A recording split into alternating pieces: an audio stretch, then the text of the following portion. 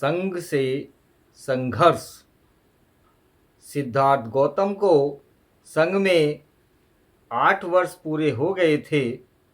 वह संघ का बड़ा ही वफादार और दृढ़ सदस्य था। जितनी दिलचस्पी उसे निजी मामलों में थी, उतनी ही दिलचस्पी सिद्धार्थ को संघ के मामले में थी। संघ के सदस्य की हैसियत से उसका आचरण आदर्श था। सिद्धार्थ सबका प्रिय भाजन बन गया था। सिद्धार्थ की सदस्यता के 8वें वर्ष में ऐसी घटना घटी जो सिद्धार्थ के परिवार के लिए दुर्घटना बन गई और उसके अपने लिए जीवन मरण का प्रश्न। इस दुखांत प्रकरण का आरंभ इस प्रकार हुआ। शाक्यों के राज्य से सटा हुआ कोलियों का राज्य था। रोहिणी नदी दोनों राज्य की विभाजक रेखा थी। शाक्य और कोल्य दोनों ही रोहिणी नदी के पानी से अपने अपने खेत सींचते थे। प्रत्येक फसल पर उनका आपस में विवाद होता था कि रोहिणी के जल का पहले और कितना उपयोग कौन करेगा के विरुद्ध यह विवाद कभी कभी झगड़ों में परिणत हो जाते और झगड़े लड़ाइयों में जिस वर्ष सिद्धार्थ की आयु 28 वर्ष की हुई, उस वर्ष रोहिणी के पानी को लेकर शाक्यों के नौकरों में और कोलियों के नौकरों में बड़ा झगड़ा हो गया। दोनों पक्षों ने चोट खाई। जब शाक्य और कोल्य को इसका पता लगा तो उन्होंने सोचा कि इस प्रश्न का युद्ध के द्वारा हमेशा के लिए निर्णय कर लिया जाए।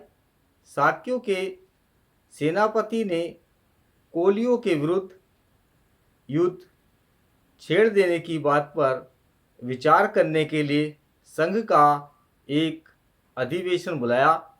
संघ के सदस्यों को संबोधित करके सेनापति ने कहा, कोलियों ने हमारे लोगों पर आक्रमण किया है। हमारे लोगों को पीछे हट जाना पड़ा। कोलियों ने इससे पहले भी अनेक बार ऐसी आक्रमणात्मक कार्रवाई की है। हमने आज तक उन्हें सहन किया, लेकिन यह इसी तरह नहीं चल सकता। यह रुकना चाहिए और इसे रोकने का एक ही तरीका है कि कोलियों के विरुद्ध युद्ध की घोषणा कर दी जाए। मेरा प्रस्ताव है कि कोलियों के विरुद्ध युद्ध की घोषणा कर दी जाए। जो विरोध करना चाहें वे बोलें। सिद्धार्थ गौतम अपने स्थान पर खड़ा हुआ, बोला, मैं इस प्रस्ताव का विरोध करता हूँ। युद्ध से कभी किसी समस्या का हल नहीं होता। युद्ध छेड़ देने से हमारे उद्देश्य की पूर्ति नहीं होगी। इससे एक दूसरे का युद्ध का बीजारोपण हो जाएगा। जो किसी की हत्या करता है उसे कोई दूसरा हत्या करने वाला मिल जाता है। जो किसी को जीतता है उसे कोई दूसरा जीतने वाला मिल जाता है। जो किसी को लूटता है उसे कोई दूसरा लूटने वाला मिल जाता है। सिद्धार्थ गौतम ने अपनी बात जारी रखी। मुझे ऐसा लगता है कि शाक्यों को कोलियों के विरुद्ध युद्ध छेड़ने में जल्दबाजी से काम नहीं लेना चाहिए। पहले सावधानी से इस बात की जांच करनी चाहिए कि वास्तव में दोषी पक्ष कौन सा है? मैंने सुना है कि हमारे आदमियों ने भी ज्यादती की है।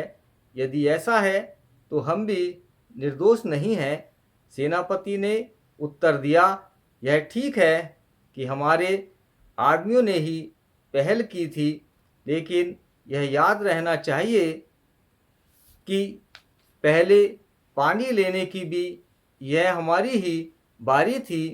सिद्धार्थ गौतम ने कहा, इससे स्पष्ट है कि हम ही भी सर्वथा निर्दोष नहीं हैं।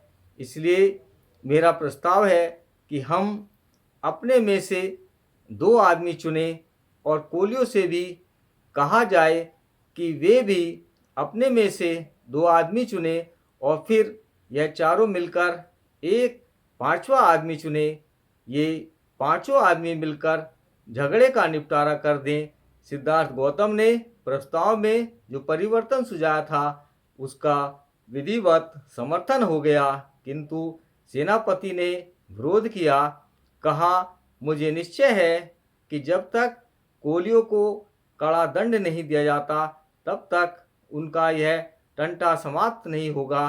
प्रस्ताव और उसमें सुझाए हुए परिवर्तन पर मत लेने आवश्यक हो गए। पहले सिद्धार्थ के सुझाए परिवर्तन पर ही मत लिए गए। बहुत बड़े बहुमत से सिद्धार्थ का सुझाव अमान्य हो गया। इसके बाद सेनापति ने स्वयं अपने प्रस्ताव पर मत मांगे। सिद्धार्थ गौतम ने फिर खड़े होकर विरोध किया। उसने कहा, मेरी प्रार्थना है कि संघ इस प्रस्ताव को स्वीकार न करे। शाक्य और कोल्य निकट संबंधी हैं, परस्पर एक दूसरे का नाश करने में बुद्धिमानी नहीं है। सेनापति ने सिद्धार्थ गौतम की स्थापना का सर्वथा विरोध किया। उसने इस बात पर जोर दिया कि युद्ध में क्षत्रियों के लिए कोई अपना पराया नहीं होता। राज्य के लिए उन्हें अपने सगे भाइयों से भी लड़ना ही चाहिए। ब्राह्मणों का धर्म है यज्ञ करना, क्षत्रियों का धर्म है युद्ध करना, वैश्यों का धर्म है व्यापार करना और शूद्रों का धर्म है सेवा करना।